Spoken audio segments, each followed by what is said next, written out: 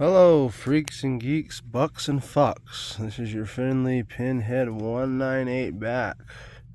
And it's been a long time since I did a YouTube video, but we're gonna, well, not really unbox it, because once I buy this, I bought this like a day or two ago, and I couldn't help myself. Once you get something like this, you just have to open it, so we'll just show a little bit of the trinkets. And then in another video, I'll do an unboxing of an actual unboxing from something my boy Pinhead Mike gave me a while back. I gotta do the unboxing because the boxing's starting to explode all over the place. One of the boxes is completely fucked up, so I gotta get it out before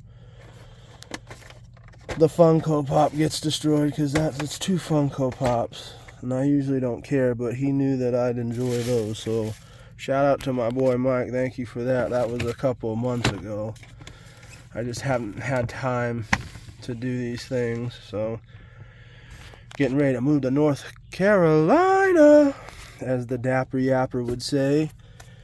So we'll start off with Escape from New York. I was so glad I saw this, and for a 4K Ultra HD Blu-ray collector's edition, because everything's a collector's edition, even though it's really not. All you guys do is stack bullshit on top of bullshit on top of bullshit on top of bullshit, and then you call it a collector's edition with nothing really. You're not really reinventing the wheel. There are some great commentaries on here, which I do like, especially hearing John Carpenter and Kurt Russell and listening to them talk about how this film was made, the process they went through, and some of the production troubles. I love those, so that's fine, but some of this shit is unnecessary, like TV spots. We don't give, I mean, it's cool to see the old TV spots, but really, you're asking. This was at Best Buy, after tax, it was $30, so that's why I'm saying, like, we're getting into territory where it's like, okay, but this is a good, I'm not gonna trash it, it's a very well put together Blu-ray. This is one of my all-time favorite Carpenter films, next to Halloween and The Thing. It changes every time because this film is great. I would be remiss. See if I can grab it real quick, because I have to, since we're talking about it. Give me a second. I'm sorry for the lighting, because as I was about to record this piece of shit light bulb went out, so now it's darker in here than usual. I guess I don't have it. I did, since I can't find the fuck. There we go. This one, however, and it was the same price as the Escape from New York. This one is not as good. The ending is great, and I'll die on that hill, because I wish, oh how I wish, we had a Snake Plissken right now to do what he did at the end of this movie and shut it all down, because we would deserve it, because we're fuck-ups lately. But this movie is far superior, but in the line I saw it, actually this wasn't, that's why I did pick this up. I take that back, and this was not as expensive as Escape from New York. This was actually $20. I was like, okay, fuck it. It's not a great film. The ending is fantastic, but especially when you see what he does to the world, and that's true Snake Plissken fashion.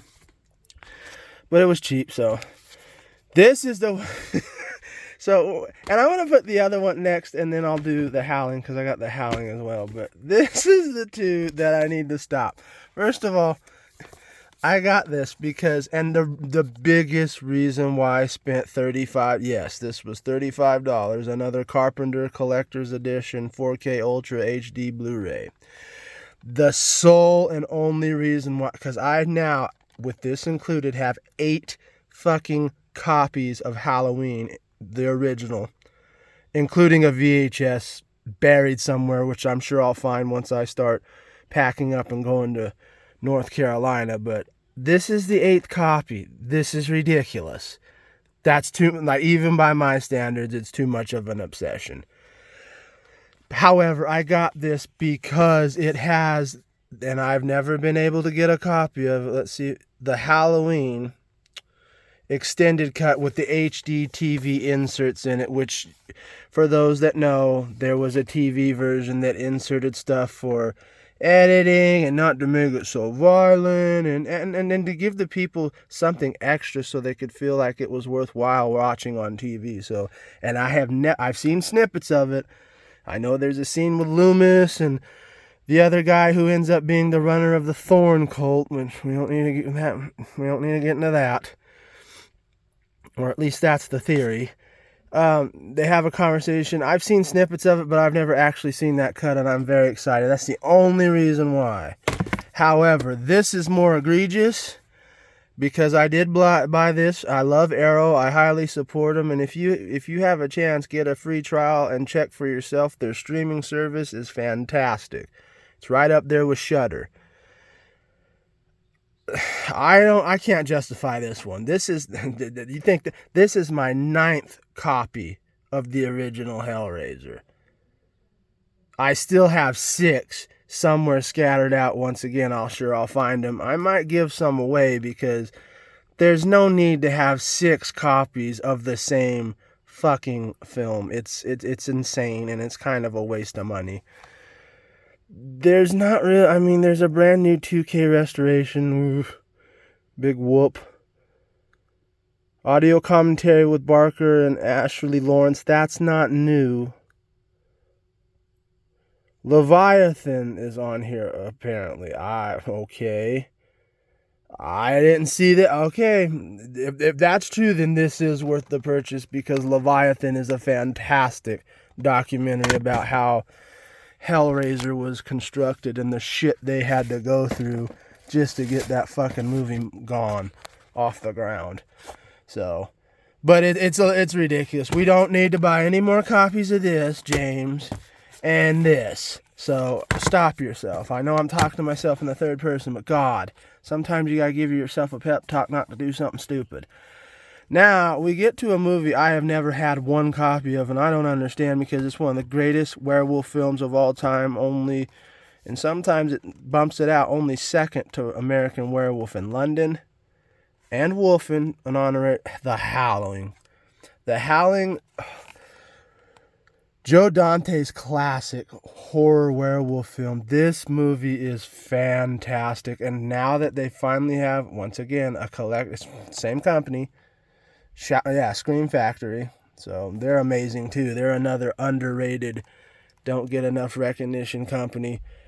Another 4K Ultra HD. And I'm wondering, I know you get a commentary. Yes, good. Because that was what I wanted to know. I knew you would get a commentary with Joe Dante, but I want Dee Wallace because she is fantastic. She's very underrated. She deserves way more respect than she gets, and she gets respect, but not the respect that she's entitled to because she's a fantastic actress. I love her so much. I always have since I was a little kid, going back to Critters. The first Critters was one of my all-time favorites growing up. It still is. You got the Making of the Howling, vintage featurettes, and all the usual bullshit that goes with it, but that was worth the money. Then a Ronald Emmerich classic. No, it's not Independence Day. I think this is better.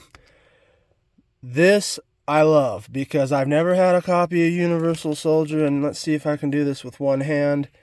You pull it out of its sleeve, and there you get the Steelbook. This was exclusive from Best Buy, if I'm not mistaken, on their Steelbook series.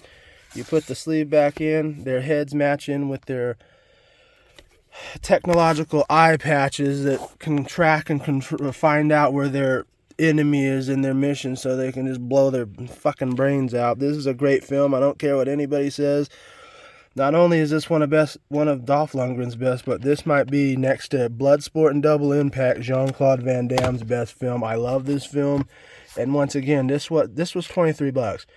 For 4K, that's actually relatively cheap when some of these guys are out of their tree asking fucking $35. Like, you need to stop smoking the crack rock.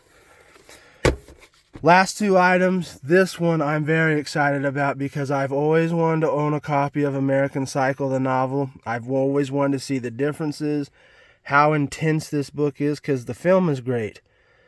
And we'll always love you, Christian Bale, but this I needed to get.